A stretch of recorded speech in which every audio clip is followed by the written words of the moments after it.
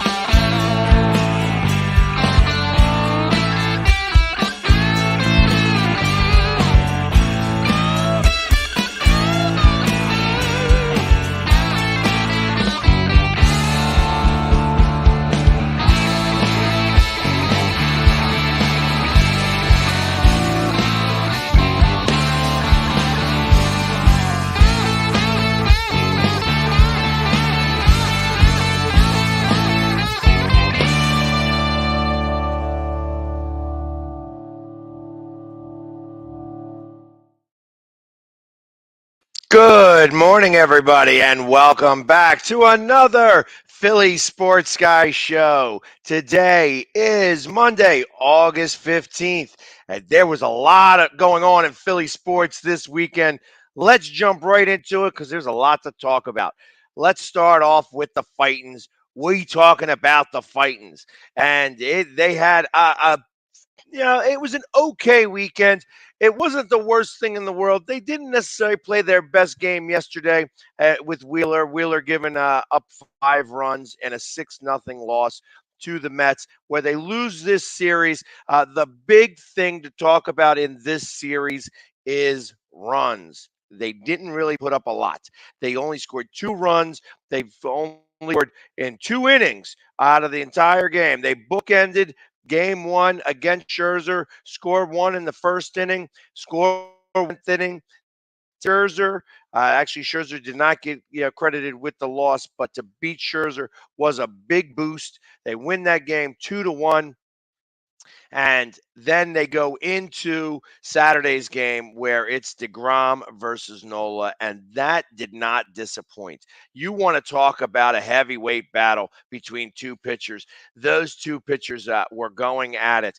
The over-under for DeGrom, because they got him on a pitch count and definitely load management completely on DeGrom 100%.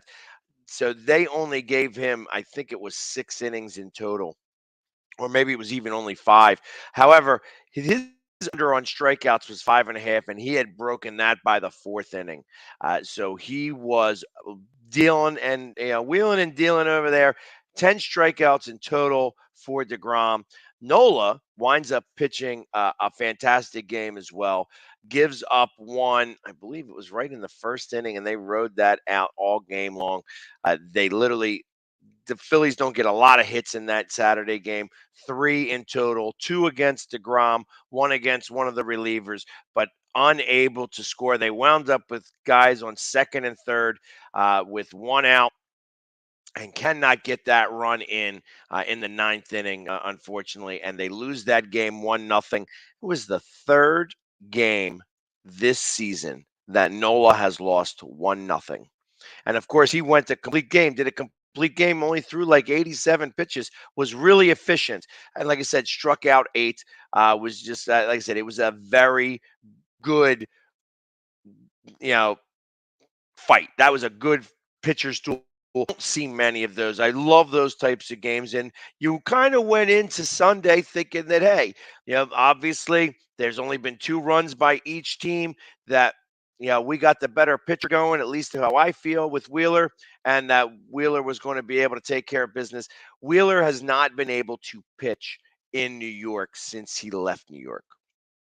And he did not have a good outing yesterday. He winds up going 6 innings, giving up 5 runs. Let me just go get his full line right here. 6 innings, 9 hits. He gives up all 6 runs, earned runs, a home run. Only strikes out 5. He brings up his ERA to 2.92 and goes to 11-6. And the opposite side, the Mets, Bassett goes 5 innings, gives up 4 hits, 5 strikeouts, and a couple of walks. And again, the word of this game, or the words of this game, was left on base, because the Phillies had a lot of those. A lot of guys left on base. In the 9th inning, the bases were loaded. In the 8th inning, they got a lot of guys up to, I think the bases were loaded. There were a number of times in this series where the Phillies had runners in scoring position with no outs and did not get any runs across the plate. And that's going to be a really big deal moving forward. Obviously, the Mets are a good team. We keep waiting for them to start to falter.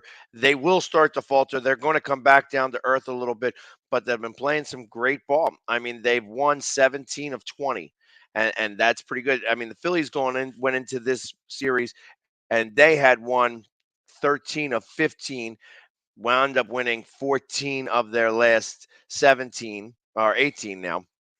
So it's not that the Phillies are playing bad ball. Obviously, they didn't have the best game yesterday, and there was one specific play where it kind of looked like that's when the Mets started to break it open. They had one of the Mets guys ran through the stop sign, and in the process of this, the ball goes to Segura, and Segura is kind of slow in turning around, because he turned around and he's got Wheeler with his hands up, saying, "Hey, the play is over," and somebody's running home. So, and then he's got to put his hands down because Segura is throwing around him. But because of that entire situation, because Wheeler wasn't really paying attention to everything that was going on, the Mets get to score their 4th or 5th run of the game. And again, it was just a compound of the guys not paying attention, wasn't seeing the guy going from third to home. He was out dead to rights. The ball was thrown with literally 2 or 3 steps taken, but because Wheeler was in there in the middle with his hands up, Real Muto wasn't really prepared for the throw, and it wind up bouncing off of him, and they didn't score. The next guy goes to second base. They wind up with the other guy in scoring position, and ultimately that guy scored as well for the 6th run, and the Phillies wind up losing this game 6-0. And like I said, in the 8th inning, they had the bases loaded, and the 9th inning, they had the bases loaded, and nothing was to come of it whatsoever. In total this weekend, guys, the amount of guys left on base winds up being 26. 26 guys left on base. The other stat that was really interesting in the process of this, that the Phillies are one of the worst teams in the league batting with players in scoring positions and less than 2 outs.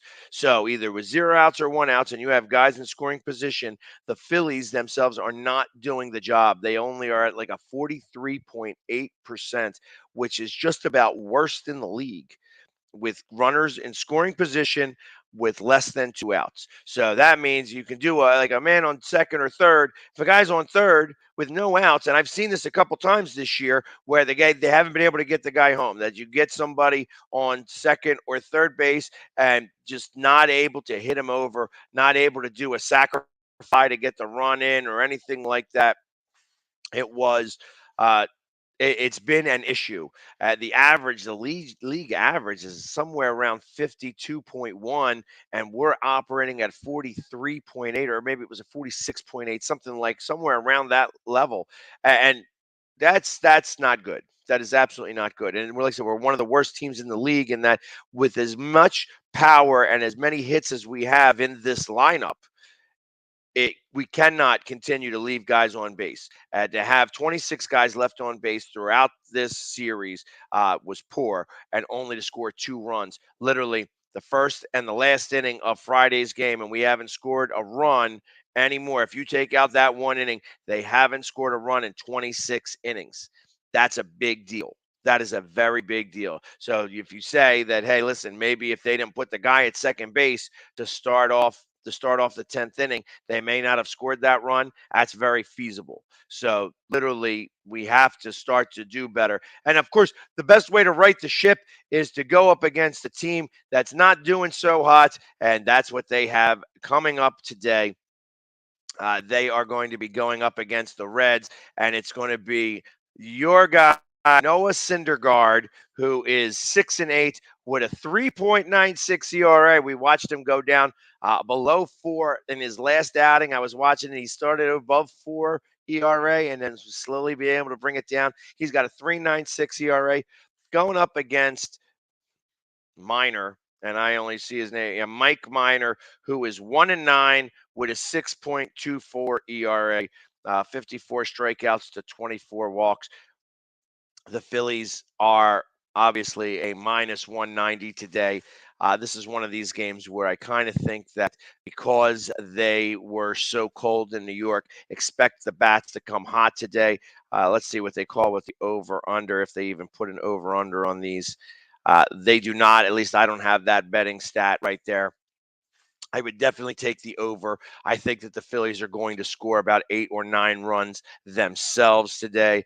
And just looking at the ERA from this starting pitcher, he's going to help us in the process of doing that.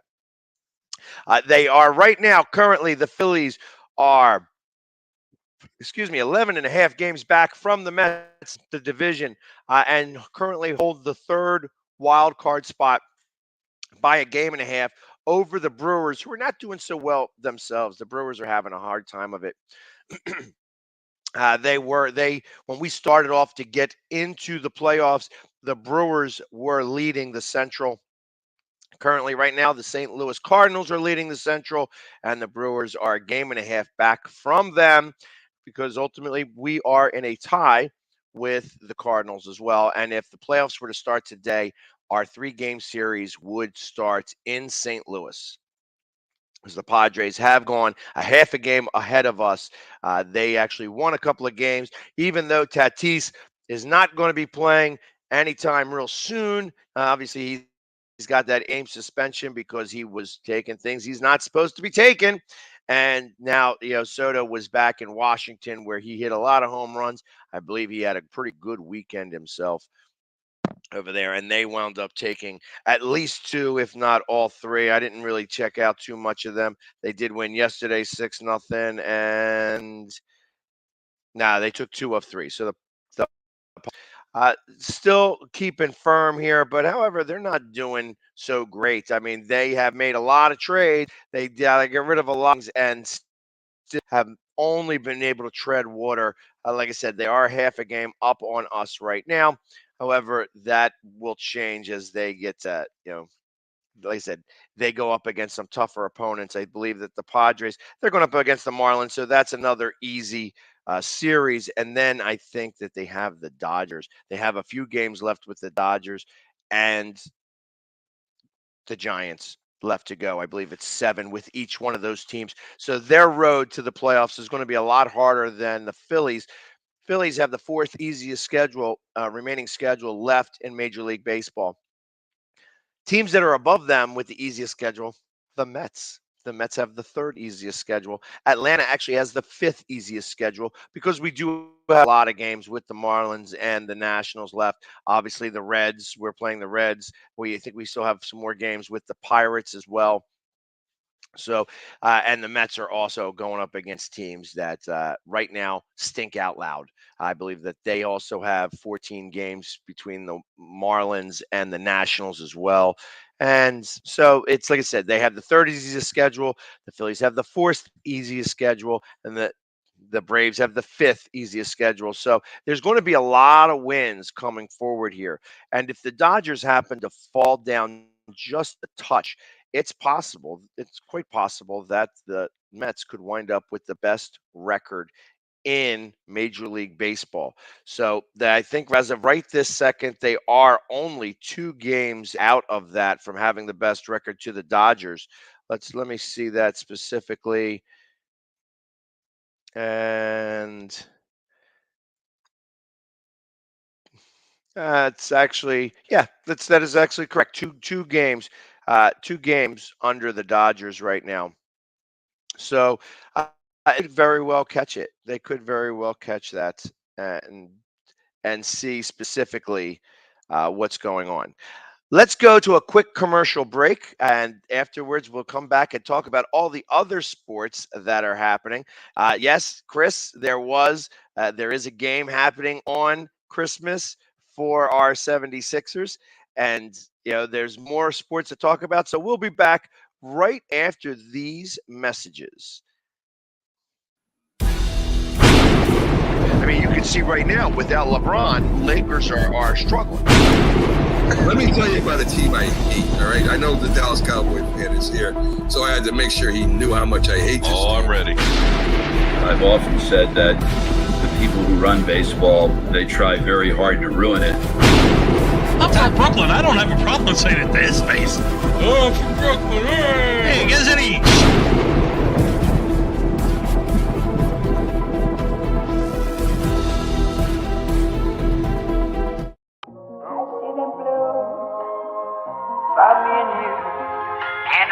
To myself,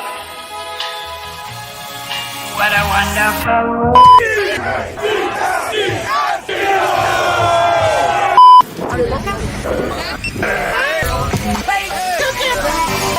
Wait, no, you gotta get me at the random. I'm not prepared.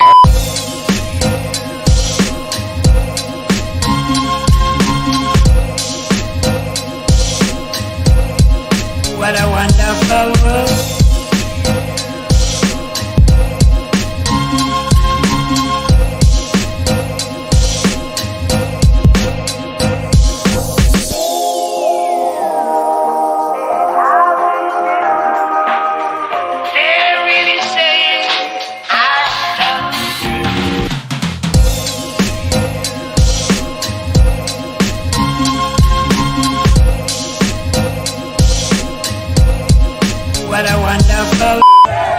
What's up, everybody?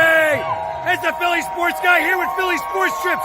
And, we're going to Houston this year. And I got a couple Houston fans right here just to say, and I want to know, are you guys ready for the Bird Gang to go to Houston? So what are we going to do when we get to Houston? We're going to melt. We're going to melt the humidity. The Eagles will just be picking the carcasses of the Texans. Well, listen, we'll see you this NFL season. Go Birds! Yeah! The Hometown Foundation is excited to bring back the Dream Ride experience, August 26th to the 28th at Connecticut's Farmington Polo Club. Join us in celebrating the accomplishments of our Dream Riders while enjoying live music, a car and motorcycle show, family fun zone, pet adoptions, canine demonstrations, the Fireman's Chili Cook-Off, and much, much more. Get your tickets today. Welcome back to the Philly Sports Guy Show. And yes, like I said, there's still a lot more to talk about. Let's start off very quickly, just to touch one more on Philly Sports Trips. We just announced, I'm turning 50 this year. And it happens to be on the bye week. We play the Cowboys on the 16th. My birthday's on the 20th, and it's the bye week that week. So we are going to Nashville. Well, that's right. The Flyers just so happen to be playing the Nashville Predators that week. And I understand that everybody knows that the Flyers are right now, they're not in their best form, and that there could be a lot of people that aren't going to the arenas, but that's not the reason why. We're going to Nashville to go watch the Flyers Predators play, and it's going to be my 50th birthday. So go to phillysportstrips.com and go to Nashville. What's happening on the week? We're headed to Nashville. There ain't no Eagles, so you ain't got to worry about it. And we're going to be having some fun right there on Main Street. I go have one of those tomahawk steaks over at Kid Rock's place and all that stuff. It's going to be a lot of fun. So definitely check in and go to phillysportstrips.com, whether you want to go to Washington with us, where we have over 650 people already signed up. We have already 12 buses going. And then we're also going to Chicago, Indianapolis. We're even going to Dallas for Christmas Eve. So definitely go to phillysportstrips.com and go and check out all the different things that they have happening there. It's something that if you want to get a Christmas gift or for anybody, or if you just want to travel with the team, Philly Sports is the best way to go. All right, let's talk about what Chris was talking about earlier. The Sixers are back playing on Christmas Day. And when I thought about this, when I looked at this, I was like, really? That's who we're playing against? It's not like anything special. I'm sure we're going to lead the day off because I can't imagine that the Knicks are going to be worthwhile opponents. And the Knicks, as of right now, are struggling just in general. But it's the Sixers versus the Knicks that day. Other games slated are the Bucks and the Celtics. Now, the Suns and the Nuggets, the Lakers and the Mavericks, and the Grizzlies and the Golden State Warriors. So the Sixers will be traveling up to New York for basketball on Christmas. We'll be able to get into this a lot more when basketball season really starts. And I know that there has been some rumors talking about Durant possibly going to the Sixers or to the Celtics. Let's let that play out. I can't imagine. I'm not a big fan of losing Maxey for Durant, but some people are. If it brings us a championship, I don't care who we have to give away. If the championship comes to Philadelphia afterwards, then it's worthwhile. That being said, let's talk about the other things that happened this week. On Friday, there's only so much to talk about this game because it really wasn't important after the first drive. But the Eagles went up against the Jets, and they started off pretty strong. Obviously, on their first two drives, going with 2 touchdowns, and then everybody else came into play. Hurts on the first drive, he only did 1, 6 for 6, 80 yards, and a touchdown pass, along with a late hit out of bounds where he was able to bounce right up. It was one of those times where you got to read the lips of our coach, where he took the words right out of the mayor of Havertown out, right out of her lips, said, "This is," and it was as clear as day. You could understand exactly what he was saying. And it was a little bit of a late hit. It wasn't the best thing, but Hurts popped right back up, runs back out there, and then throws a touchdown pass to Dallas Goedert, 22. Other notable thing to notice, Jordan Davis was double and triple teamed the entire time he was out there. They needed to have 3 guys on him, literally, and he's still bull rushing and manhandling those. This guy is a monster, and they're going to need to pay attention. Imagine him next to Cox. You're going to wind up having those 2 guys are going to disrupt a tremendous amount on that line. And if it takes 4 or 5 guys to stop those 2, that means the defensive ends are going to be getting in there. And I expect this to be a very good season for our defensive line. I'm going to be going to the practice tomorrow. I am going to see it firsthand exactly what's happening and how things are going. So I'm going to be excited to see it, and hopefully I'll get some footage for you guys that I'll be able to share. But realistically, it's going to be a fantastic season watching that with the defensive line the way it is. Everything else kind of happened on that game. I'm sure people watched it. I watched it some. It was, it started to get boring after a while in terms of watching guys that you just don't know are even going to make the team. The one thing I did notice was that they gave Nakobe Dean the keys to the defense and said, "You are the guy who's going to be calling the plays. You are the guys running the defense." And he did a fairly good job, at least in the first half. Obviously, the second half, I'm sure they were putting other people in there and such like that. But it was, good to see him get that opportunity to call the defenses and things of that nature, as we expect that he's going to be a big part of this defense. It may take him a few weeks to get out there and to be a starter, but ultimately we expect that he is going to be given the keys to that car, and he's going to be the captain of that defense moving forward here sooner than later. The Zach Wilson injury, yes, it was a non-contact injury, as I see Chris saying that we got some revenge. It was a non-contact injury. It looks like he's going to be out for 4 weeks with a PCL. It was a re-aggravation of an injury. That's, that happens sometimes. So, yeah, he's going to be fine. the Jets will be okay. They don't have to go after Garoppolo just yet. Anyways, more stuff that happened on Saturday. The Union takes on the Fire, the Chicago Fire. And as a little bit of payback for the loss that they suffered in Chicago, they take it to Chicago and win this game 4-1.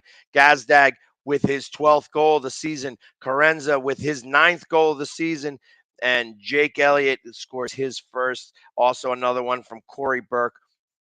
They kind of really took advantage of Chicago. Chicago wasn't a good team. They went up there and played lackadaisical up there in Chicago. So ultimately, they needed to have a little bit of payback, and they showed it here. Ultimately, they scored 2 goals fairly quickly. They had control most of the half. And then Chicago scored that goal at the end of the half. It was, in extra time in the first half. And you can see that it was just a lackadaisical play by the Union. So Burton got into them, and they came out playing the rest of that game, and they wind up winning that game 4-1, still holding first place in the East. They have lost a little bit of ground to the LAFC in terms of getting the Supporters Shield for the best record in Major League Soccer, but they still hold first and are going to be going, as of right now, heading into the playoffs. They have a 5-point lead against second place Montreal. So there is a little bit of a cushion between there and here. And they look like they're going to be continuing going and heading towards the playoffs if they've been scoring a lot of goals while they're at home. Next game is on Wednesday for them against FC Dallas, and they're going to be in Dallas, so it'll be good to watch. And last but certainly not least, the team it's their first playoff appearance in 9 years, and unfortunately, it does not end well for the Philadelphia Phoenix. That is the Ultimate Frisbee team out of Philadelphia that play just across the street at the Philadelphia Super Site. Their season ends with a 23-18 loss to the DC Breeze. They played the DC Breeze. This is the third game against the DC Breeze, and the first 2 games ended literally with the Breeze scoring a last-second point. Really was not the same way here. The Breeze had control for the most part. 6 goals scored by the Phoenixes. Greg Martin just didn't prove to be enough. They had 14 turnovers, and because of those turnovers, the defense for the DC Breeze scored 5 good defensive goals in comparison to the 1 defensive goal for the Phoenix, and they just couldn't recover. 14 turnovers was a little too much for them to overcome, but what a great season for them. They get to the playoffs for the first time in 9 years, and they look to be trending in the right direction here. So obviously the Breeze goes on to play New York, the New York Empire, who is undefeated this season, the Breeze being 10-2. Lost their only 2 games to the Empire. So good luck to both of those teams as they go on and finish. But the Phoenix is absolutely rising in Philadelphia, and I look to see how they do next season as they start to tighten up all the things that they need tightened up and be able to get back to the playoffs and hopefully to win a playoff game starting next season. Really, and that is what happened this week. I know it's quick to put it in for a half hour. I wish I'd be able to talk about it a lot more, some of the things. We'll go into a lot more detail tomorrow from all the things that happened weekend, but I wanted to give you the full rundown of Philadelphia sports. We'll maybe have some clips of the Eagles and the Phoenix and possibly the Union that will show tomorrow. I'm going to be able to put together a show. I will not be live tomorrow. It is going to be a broadcasted show that I will do early because I am going to be at Eagles training camp. Yes, I get to go with a buddy of mine. We're going out there. I'm not going to be painted up, so you're not going to see the Philly sports guy there, as it's not an open practice. So I'm going to go there as Jamie Pags instead of the Philly sports guy, but it'll allow me to get to talk to some of the players. I hopefully want to get a couple of quick interviews, something real small, and just see exactly how exciting this season is going to be as we move forward. Like I said, I've got the Eagles going to be going 11-6. Oh, it could go all the way up to 13-4, but I got us going 11-6, but we're going to the NFC Championship game. You heard it here first. record that video, mark it down, take a picture. 11-6 NFC Championship game. That's where the Eagles are headed.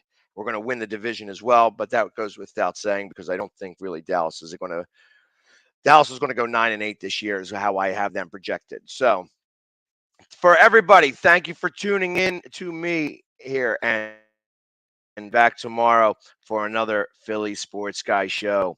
Everybody have a great day and take care.